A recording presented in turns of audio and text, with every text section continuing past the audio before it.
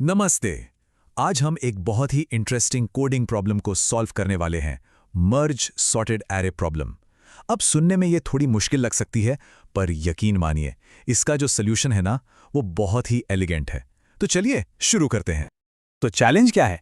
Challenge बहुत सीधा सा है। हमारे पास दो एरे हैं जो पहले से ही सॉर्टेड हैं, मतलब क्रम में लगे हुए हैं, और हमें बस इन दोनों को मिलाकर एक सिंगल सॉर्टेड एरे बनाना है। सुनने में तो काफी आसान लग रहा है ना? अच्छा, इसको एक एग्जाम्पल से समझते हैं। देखिए, हमारे पास है nums1। इसमें कुछ नंबर्स हैं और आखिर में कुछ जीरो दिख रहे हैं। ये जीरोस दरअसल खाली जगह हैं। और फिर है दूसरा एरे nums2। हमारा काम ये है कि nums2 के सारे एलिमेंट्स को nums1 की इसी खाली जगह में इस तरह से फिट करना है कि जो फाइनल एरे बने वो पूरी तरह से सॉर्टेड हो। लेकिन कहानी में एक ट्विस्ट है, एक बहुत बड़ी शर्त है। ये सारा काम इन प्लेस होना चाहिए। मतलब हमें nums1 एरे के अंदर ही सब कुछ करना है। हम कोई तीसरा नया एरे नहीं बना सकते मदद के लिए। और बस यही एक शर्त है जो इस सीधी सादी प्रॉब्लम को एक असली मजेदार पहेली में बदल देती है। तो सबसे पहले दिमाग में क्या आता है? देखिए, ज्यादातर लोग एक ही तरीके से सोचना शुरू करते हैं और वो रास्ता अनफॉर्चुनेटली एक डेड एंड पर जाकर खत्म हो जाता है। चलिए देखते हैं कि वो कॉमन अप्रोच क्या है और क्यों काम नहीं करती। सबसे सीधा तरीका तो यही लगता है कि चलो दोनों एरे की शुरुआत से शुरू करते हैं। पहले एलिमेंट को कंपेयर करेंगे, फिर दूसरे को, और बस ऐसे ही आगे बढ़ते जाएंगे। ठीक है, तो पहला कंपैरिजन करते हैं nums1 का 1 और nums2 का 2। इसमें छोटा कौन है? 1। तो ठीक है, 1 अपनी सही जगह पर है। अभी तक तो सब कुछ बढ़िया चल रहा है। अब आते हैं अगले कंपैरिजन पर। nums1 का 2 और nums2 का भी 2, दोनों बराबर हैं। अब मान लीजिए कि हमें nums2 वाले 2 को nums1 में डालना है, पर सवाल यह है, डालेंगे कहाँ? यहीं से असली प्रॉब्लम शुरू होती है। देखिए, अगर हम nums2 से 2 को लाकर nums1 में रखने की कोशिश करते हैं तो हमें nums1 के 3 को ओवरराइट करना पड़ेगा, उसे हटाना पड़ेगा। पर उस 3 की तो हमें बाद में जरूरत पड़ेगी। वो तो एक जरूरी डेटा है जो खो जाएगा। बस हो गया काम। ये रास्ता एक डेड एंड है। शुरुआत से मर्ज करना यहां काम नहीं करेगा। तो अगर आगे से बात नहीं बन रही तो क्या किया जाए? यहीं पर कहानी में एक शानदार मोड़ आता है। कहते हैं ना, कभी कभी किसी प्रॉब्लम को सॉल्व करने के लिए उसे सीधा नहीं बल्कि उल्टा देखना पड़ता है। तो फिर इस पहेली को कैसे सुलझाएं, बिना कोई नया एरे बनाएं और बिना कोई डेटा खोए? और इसका जवाब है, पीछे से शुरू करो। जी हां, स्टार्ट से नहीं बल्कि दोनों एरे के एंड से। बस ये एक छोटा सा पर्सपेक्टिव शिफ्ट, यही इस पूरी पहेली को सुलझाने की चाबी है। यही है वो आहा मोमेंट।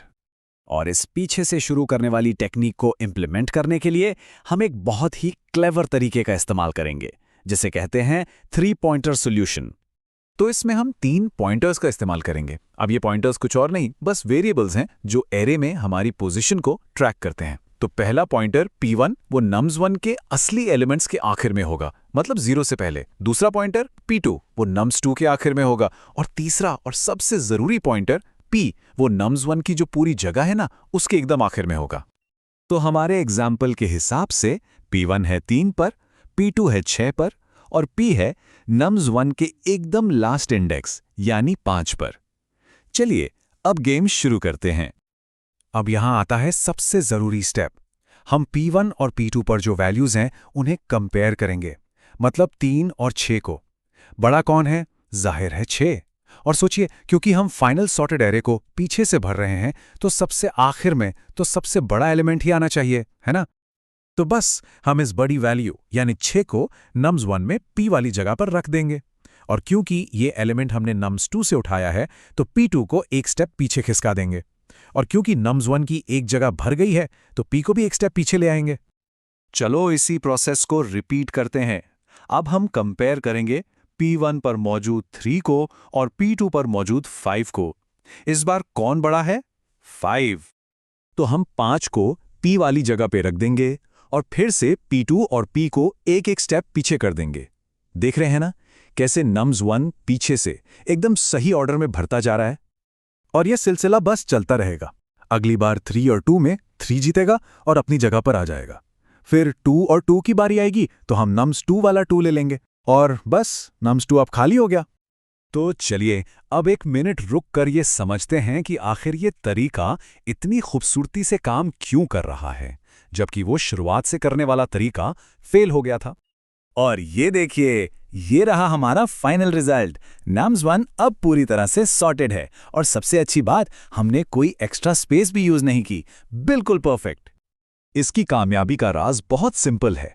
पहला, क्योंकि हम पीछे से भर रहे हैं, हम कभी भी nums1 की उन वैल्यूज को ओवरराइड नहीं करते जिनकी हमें अभी भी जरूरत है। हम तो उस खाली जगह को भर रहे हैं जो आखिर में है। दूसरा, हम सबसे बड़े एलिमेंट्स को पहले उनकी सही जगह पर पहुंचा रहे हैं। और हाँ, एक छोटी सी बात और, अगर मान लीजिए nums1 के सारे एलिमेंट पहले खत्म हो गए तो nums2 में जो भी बचेगा उसे हम बस एक एक करके कॉपी कर देंगे।